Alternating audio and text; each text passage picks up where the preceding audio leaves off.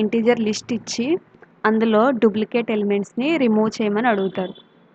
How to remove duplicate numbers from an integer list. Num list అనే వేరియబుల్ని తీసుకుంటున్నాను. ఇది ఒక లిస్ట్, ఇందులో నెంబర్స్ ఉంటాయి.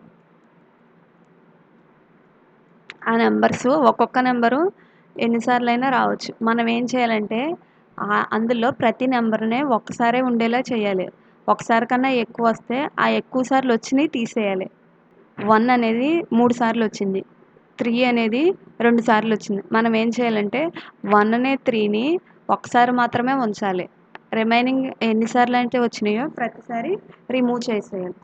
నేను 2 వేస్ ఎక్స్ప్లెయిన్ చేస్తాను. ఒకటనేది పైథాన్లో లైబ్రరీ ఫంక్షన్ సెట్ని యూస్ చేసి చేయొచ్చు.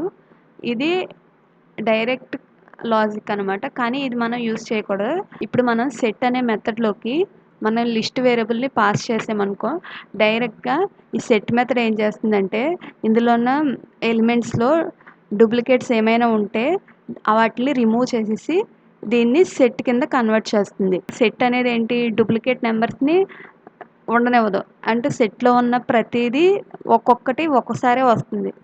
ఆ సెట్ మెథడ్లో మనం ఏదైతే పాస్ చేస్తున్నామో లిస్టు, ఆ లిస్ట్లోని డూప్లికేట్ వాల్యూస్ని ఇది ఆటోమేటిక్గా రిమూవ్ చేసేసి దాన్ని సెట్ కింద కన్వర్ట్ చేస్తుంది.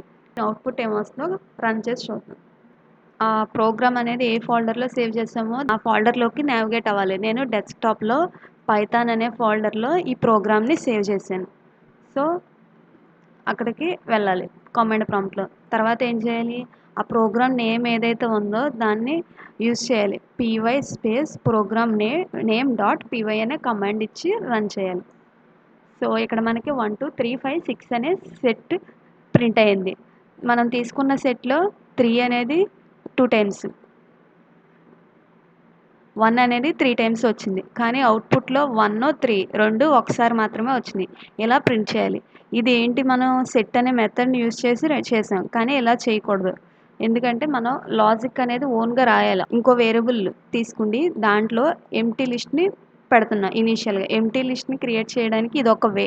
ఇనీషియల్ లిస్ట్ ఉంది కదా, దాంట్లో ప్రతి ఎలిమెంట్ని ఈ లిస్ట్లో యాడ్ చేయాలి. ఎప్పుడు ఆ ఎలిమెంట్ అనేది ఆల్రెడీ ఈ లిస్ట్లో లేకపోతే అప్పుడు యాడ్ చేయాలి. ఒకవేళ ఈ యాడ్ చేయాల్సిన ఎలిమెంట్ అంతకుముందే ఈ లిస్ట్లో ఉంటే దాన్ని యాడ్ చేయకుండా వదిలేయాలి. ఇటరేట్ చేయాలి కాబట్టి ఈ ఒరిజినల్ లిస్ట్ని నేను ఫర్ లూప్ని యూజ్ చేస్తున్నా. ఒక్కొక్క నెంబర్ని ఇటరేట్ చేయాలి. ఆ ఒక్కొక్క నెంబర్ని ఏం పాయింట్అవుట్ చేస్తుంది, నమ్ అనే వేరియబుల్ పాయింట్అవుట్ చేస్తుంది. ఆ particular number not in operator use చేస్తున్నాను. ఇక్కడ నెంబరు న్యూ లిస్ట్లో లేకపోతే ఈ నాట్ ఇన్ న్యూ లిస్ట్ అప్పుడు మనం యాడ్ చేయాలి న్యూ లిస్ట్లోకి. న్యూ లిస్ట్ అనేది లిస్ట్ వేరియబుల్ కాబట్టి లిస్ట్లోకి న్యూ ఎలిమెంట్స్ని యాడ్ చేయాలంటే పైథాన్లో అపెండ్ అనే మెథడ్ ఉంటుంది. ఈ అపెండ్ అనే మెథడ్లోకి మనం ఏం పాస్ చేయాలంటే ఏ అయితే ఎలిమెంట్స్ యాడ్ చేయాలనుకుంటున్నామో ఆ ఎలిమెంట్ని పాస్ చేయాలి. నమ్ అనే వేరియబుల్ ఏదైతే ఉందో అది. సో నేను అపెండ్ అనే మెథడ్లో నమ్ వేరియబుల్ని రాశాను.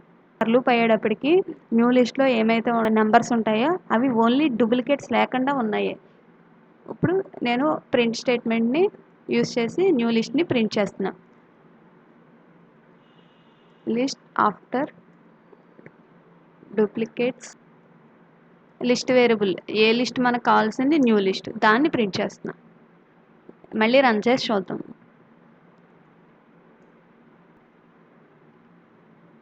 ఈ లిస్ట్లో అన్ని ఎలిమెంట్స్ ఒకసారే వచ్చినాయి.